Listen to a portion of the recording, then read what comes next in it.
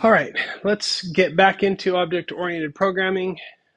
We are going to pick up where we left off last week with a little bit of review, just to make sure that we are starting out all on the same page. And so, if you'll remember, a class in object-oriented programming is a blueprint for us to create something.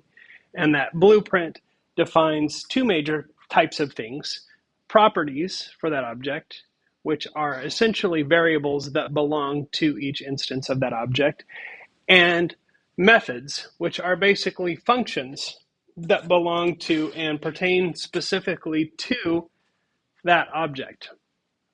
So properties might look like this, where we have a car class that has a number of wheels. So it has int wheels. Each instance of the car class, when we create it, like my car equals that class, is creating an instance of that class called my car. My car starts out with 4 wheels. If I print my car.int wheels, it will print the number 4.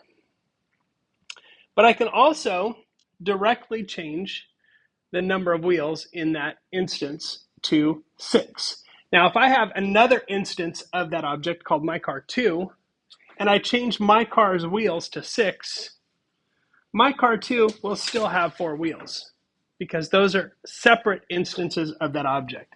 They're all based on that class, which means they're going to be built with 4 wheels, but then we can change them later. Now, we don't want to change properties of an object directly. Even though we can, you can see that if I have this ability to do this and I take advantage of that ability, if I write a string that has the word SIX 6 instead of the number 6, that might mean the same thing to us, but obviously if I depend on that being an integer, because maybe I want to count up the total number of wheels in all of the cars that I have, then I'm going to have problems if I write SIX there.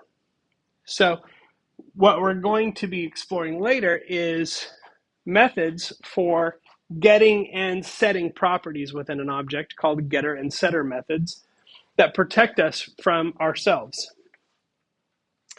So a class method might look like this, where inside the class we are defining a blueprint for a function that belongs to the class. This one starts the car, which basically just prints something out, but I could use this to if maybe I have a Boolean value that said, is the car running or not?